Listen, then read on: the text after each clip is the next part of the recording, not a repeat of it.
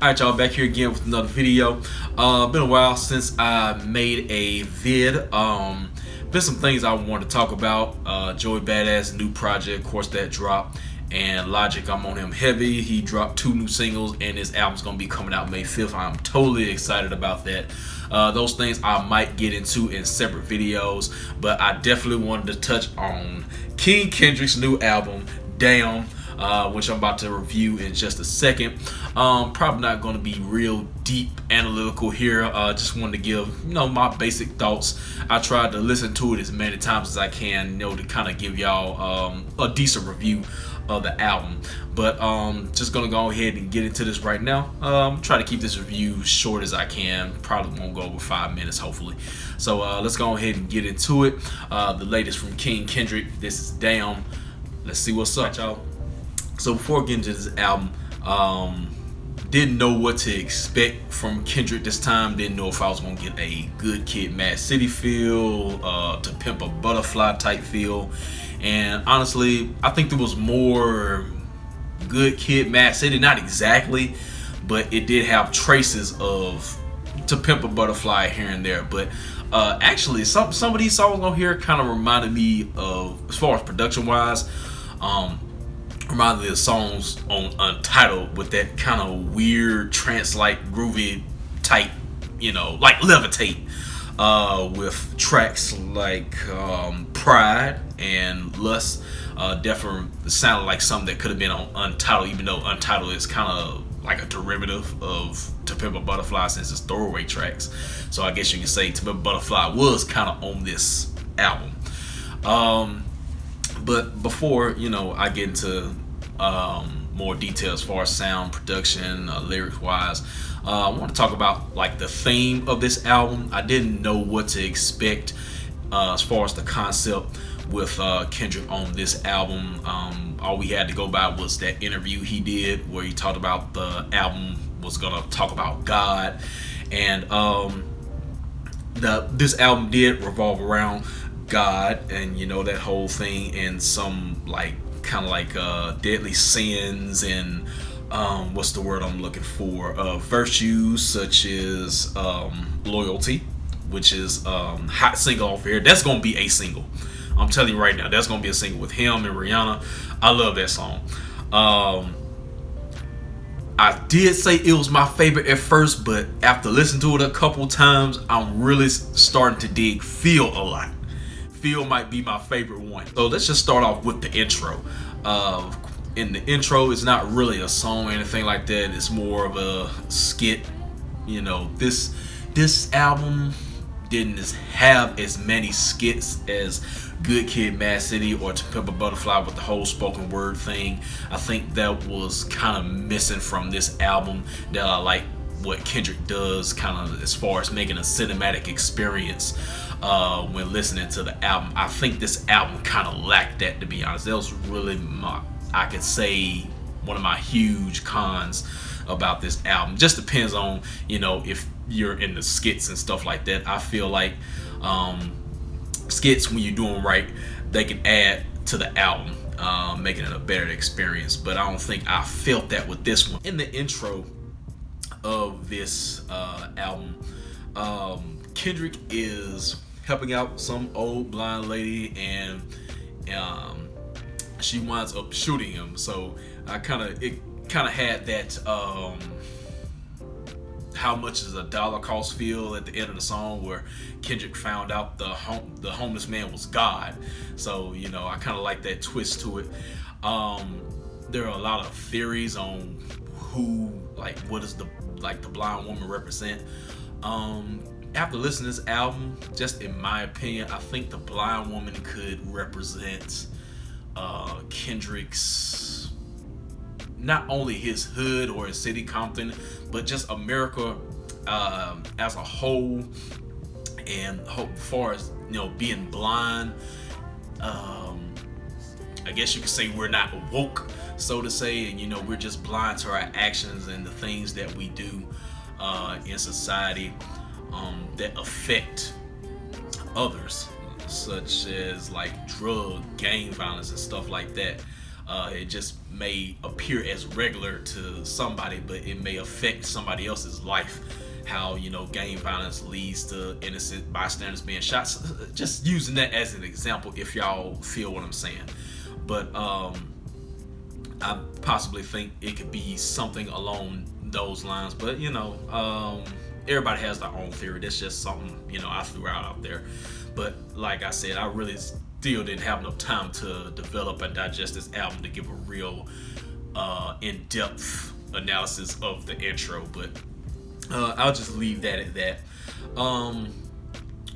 Also, what I want to talk about was the balance on this album. I think this album had good balance. Like with To Pimp a Butterfly, I like that a little more because I'm just I'm variety as far as music is concerned. I like hip hop at the same time.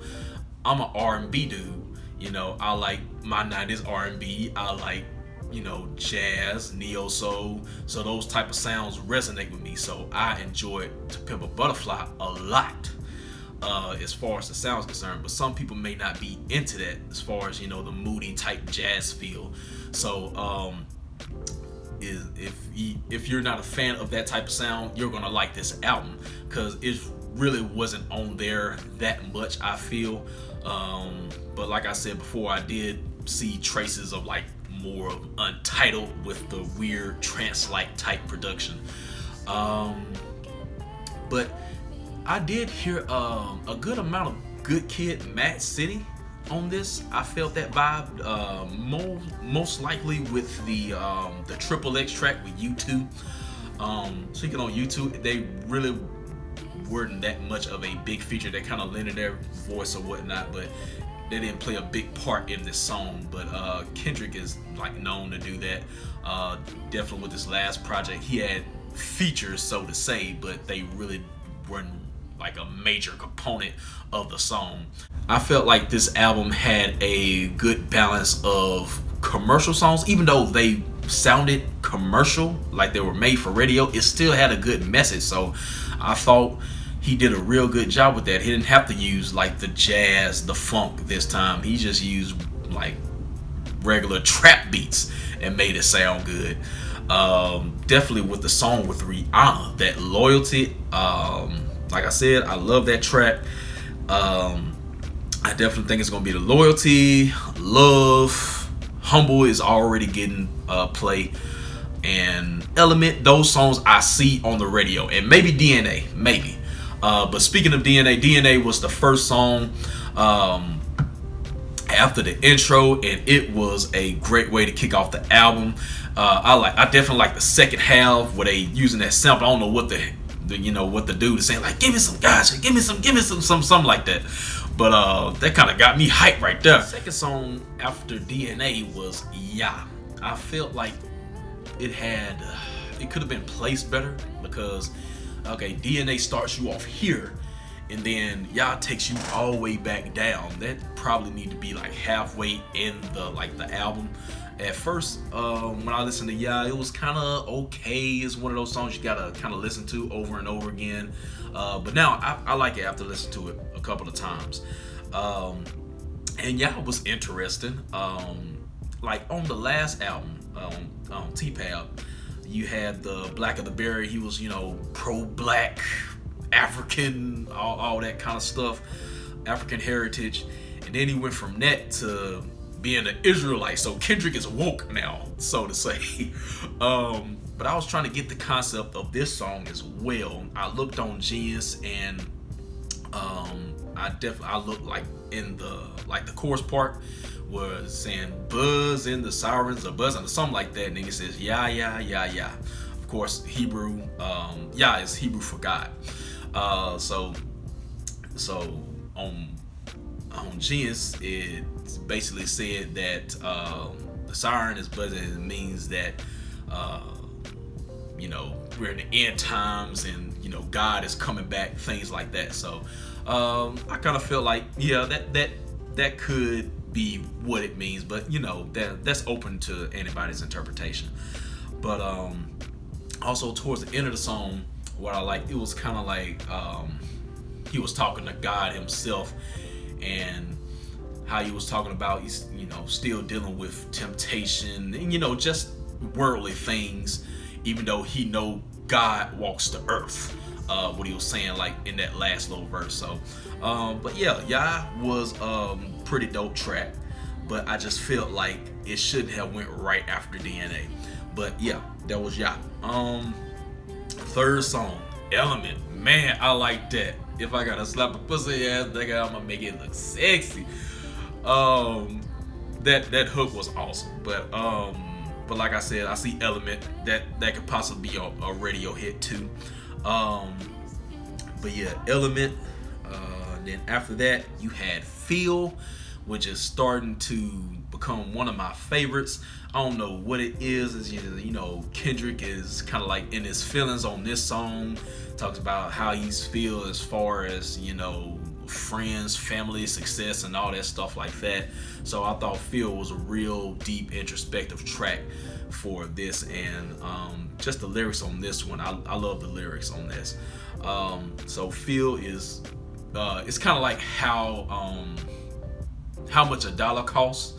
It wasn't my favorite song off T-Pap. Actually, my favorite song off T-Pap at first was Hood Politics, but I think that's just because that was the song that sounded the close to Good Kid, Mad City, and just had that more commercial feel or more accessible sound. I think that's why I probably gravitated towards that first, like I did with Loyalty. Even though Loyalty is a good song, I like it. And Riri, she did her thing on that. I thought that was a good choice to put on that song as well. If you're gonna have a radio hit, I don't know if it was specifically made to be for the radio, but when you have Rihanna on it, it's gonna get played. Let's see, what else do I have here? Loyalty was after that. I pretty much gave my idea, my thoughts on Loyalty. Pride is probably my least favorite. Now, let me say this. There are no skippable tracks on this album whatsoever after listening to this a couple times. I love this up and down. I just think Pride, just maybe because of the weird production, that's one of those Untitled-like songs that I still got to get used to. It's a little slow, so I think Pride is probably my least favorite at the moment. But still, content-wise, give it a listen. Good song. Humble. Everybody knows Humble, so I really don't need to speak on that. I do think the beat is a little simple. Maybe that's a good thing, maybe that's a bad thing, just depending on how you are. But I think, the production could have been a little more to the production. It just felt a little simple to me as far as the the production is concerned. But I've listened to so many times now, it's just so catchy. Lust, another one of those weird production type songs, but I do like Lust. Let me put the head in. Kendrick has like those funny type lyrics, and that's one of them right there. Let's see. So talked about Lust. Next is Love. I like that track. Love, I like that track, and the dude on I don't know if his name is Zachary or Zachary or Zakari. But I definitely like his vocals on there. I definitely see that being a radio hit. So Love is a good track too. Let's see. Triple X, already spoke on that.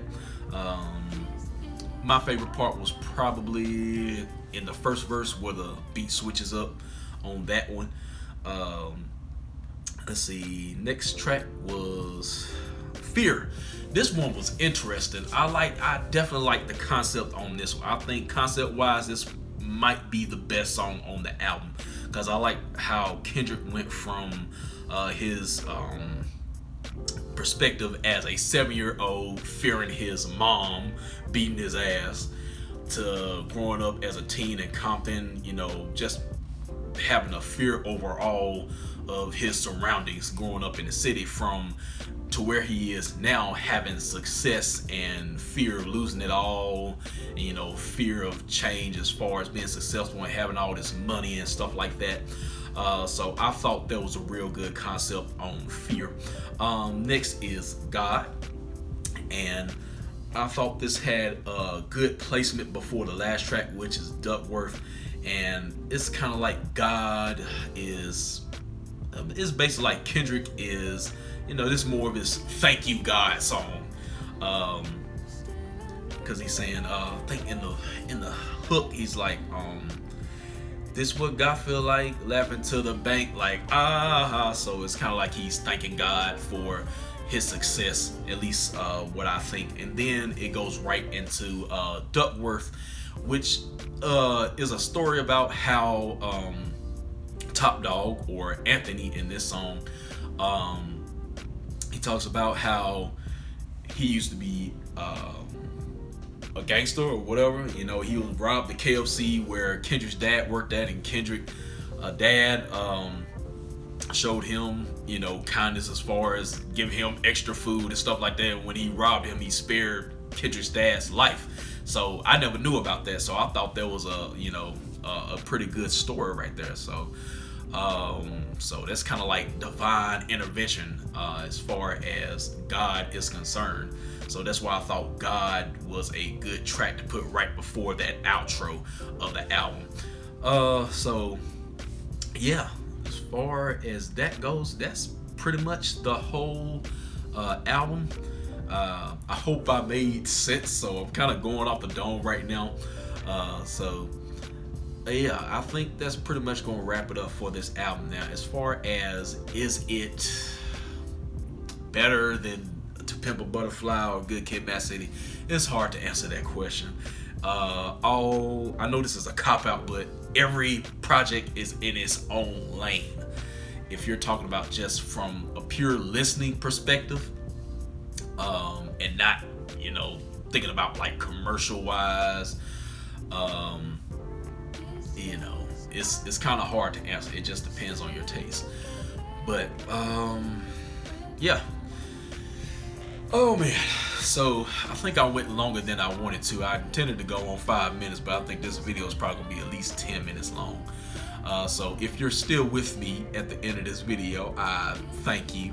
And if you did like this review, make sure to give this a thumbs up. Also to subscribe to the channel.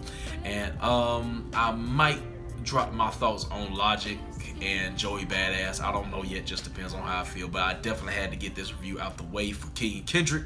So with that being said, that's gonna be it for me, y'all. Deuces, I'll see y'all next time. Peace out.